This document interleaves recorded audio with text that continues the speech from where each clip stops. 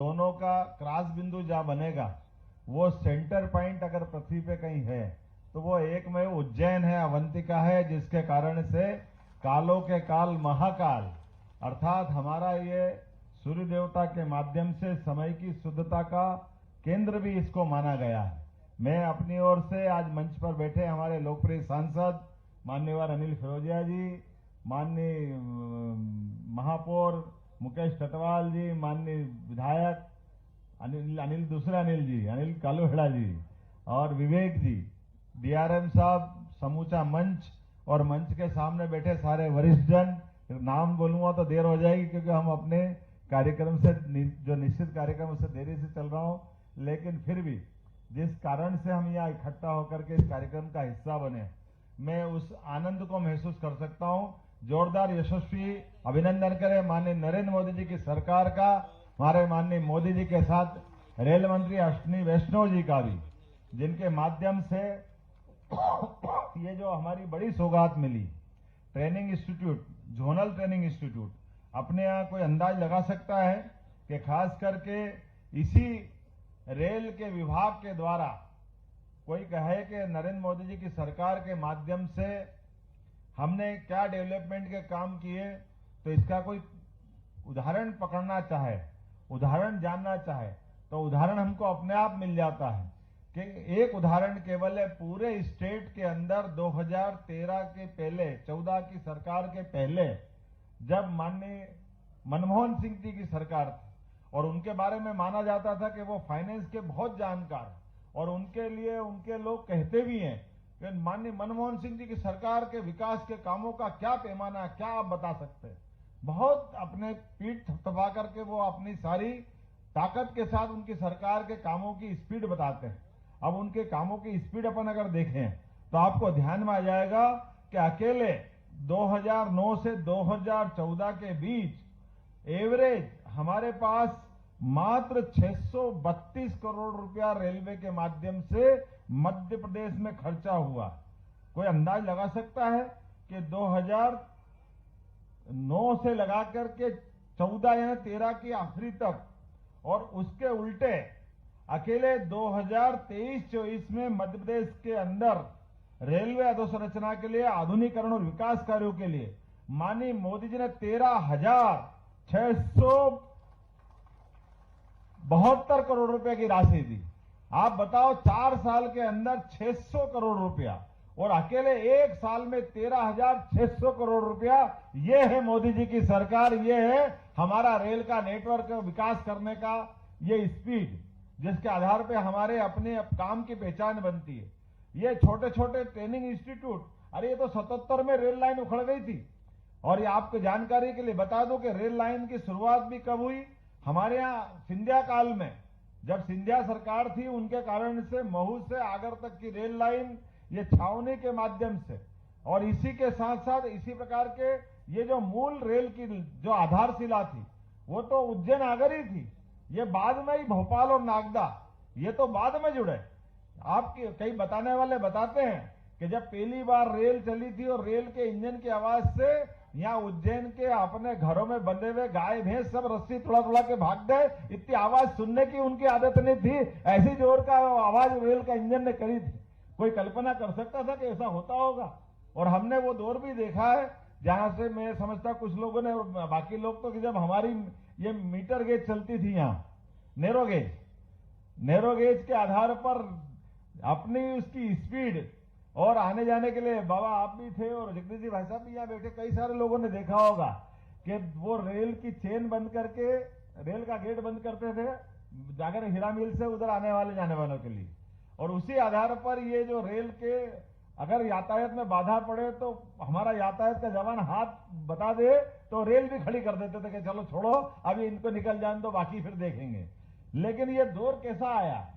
खसकते खसकते समय कैसा बदला। आज वो समय बदला है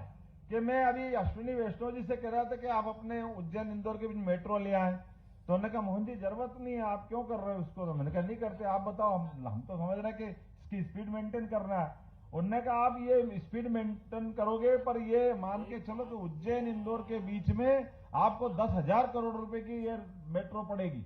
और उसके उल्टे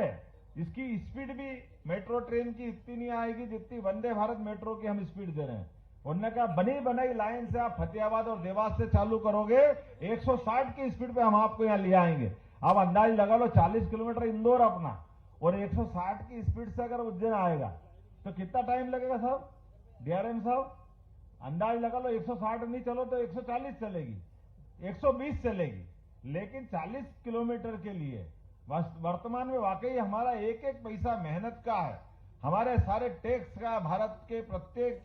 इस देशभक्त लोगों का पैसा है, इसका सदुपयोग करना ये सरकार का भी उत्तरदायित्व होना चाहिए। और उसके साथ साथ ये जो विशेष प्रकार की ट्रेनिंग इंस्टीट्यूट डला है, मैंने तो पहले ही कहा कि इस जय जयकार में समझाया कि हमारे इस क्षेत्र की ट्रेनिंग करे हुए विद्यार्थी ने दुनिया में अपना नाम काया, भगवान कृष्ण करके उनकी पहचान बनी है। तो आज ये क्षेत्र वापस ट्रेनिंग का इंस्टीट्यूट बन रहा है। ऐसे कितने गोपाल कृष्ण खड़े करोगे जिनके माध्यम से वो भारत माता की सेवा करेंगे, उनके अपने जीवन में उज्जैन से विशेष संबंध आएगा, उनका अपना लगाव रहेगा। मैं उम्मीद कर रहा हूं कि विकास के मामले में खास करके ये जो इस प्रकार के पैकेट जो हमारे पास डेड पड़े हुए, एक तरह से ये हमारी दृष्टि के उस आलोक से बाहर थे, उनको आलोक में लाने की जरूरत है। और इसी प्रकार से आज की हम यहाँ के पहले भी एक बैठक करके आ रहे हैं। यहाँ ऐसे कई सारे प्रश्न हैं जिन प्रश्नों के उत्तर हमको ढूंढना है कि हमारी बड़ी आबादी कहीं सिंहस्थ आबादी के माध्यम से वो डेड हो रही कि उनको परमिशन नहीं मिल रही या उनको हटाने की बात आती है,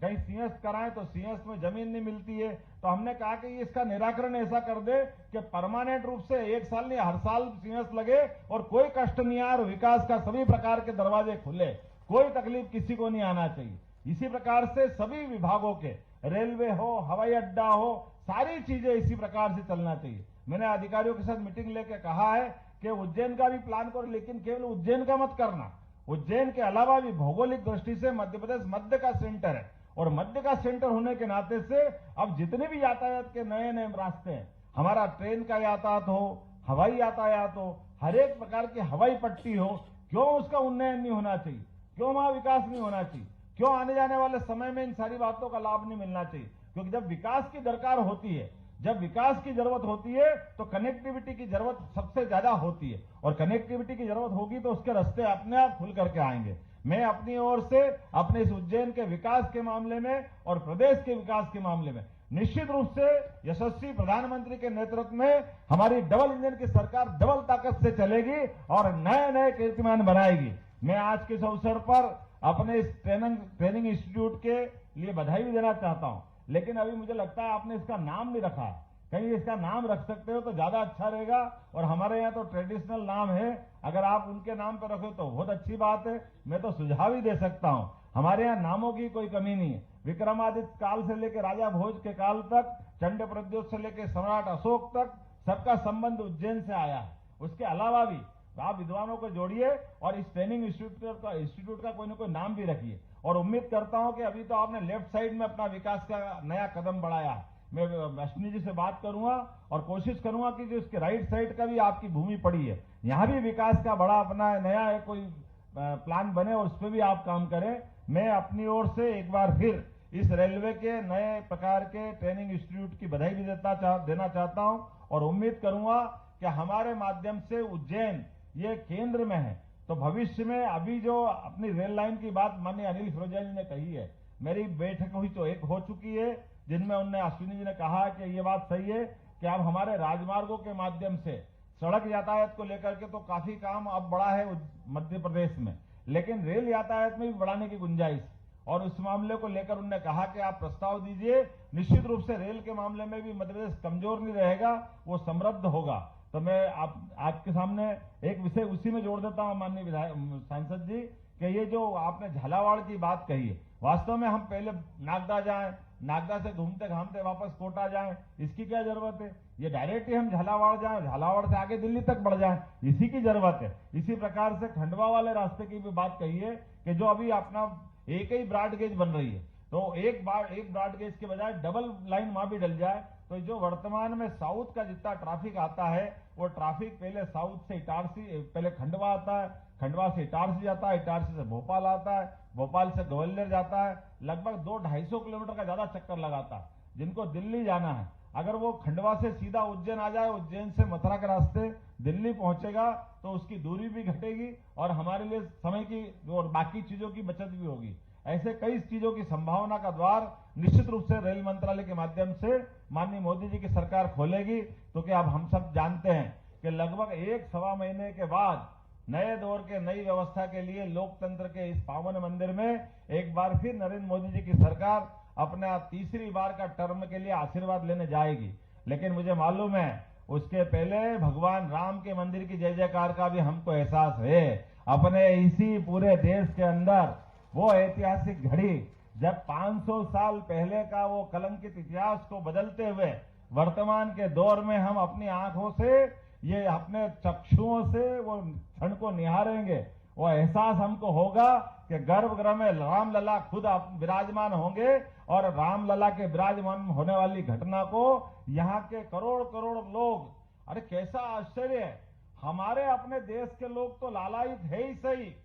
लेकिन मॉरिशस और ऐसे कई सारे अन्य देशों के लोगों ने भी कहा है कि जो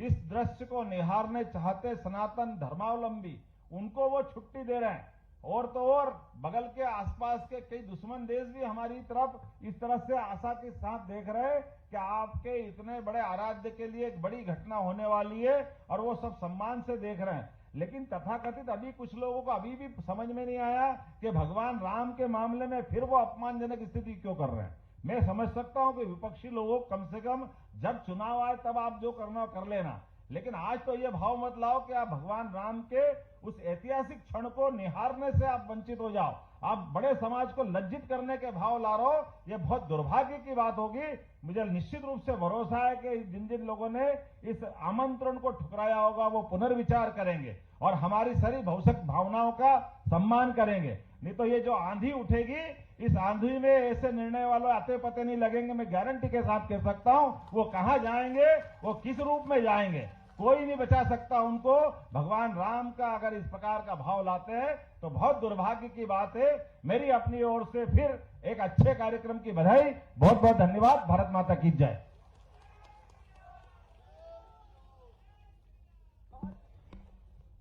बहुत बहुत धन्यवाद सर, आपकी शुभकामना और आशीर्वचन के लिए। प्रति में ये यादें हमारे साथ रहे, सदैव जीवंत रहे, इस स्मृति चिन्ह प्रदान करने के लिए मैं निवेदन करूंगी मंडल रेल प्रबंधक महोदय रतलाम से कृपया स्मृति चिन्ह भेंट करें।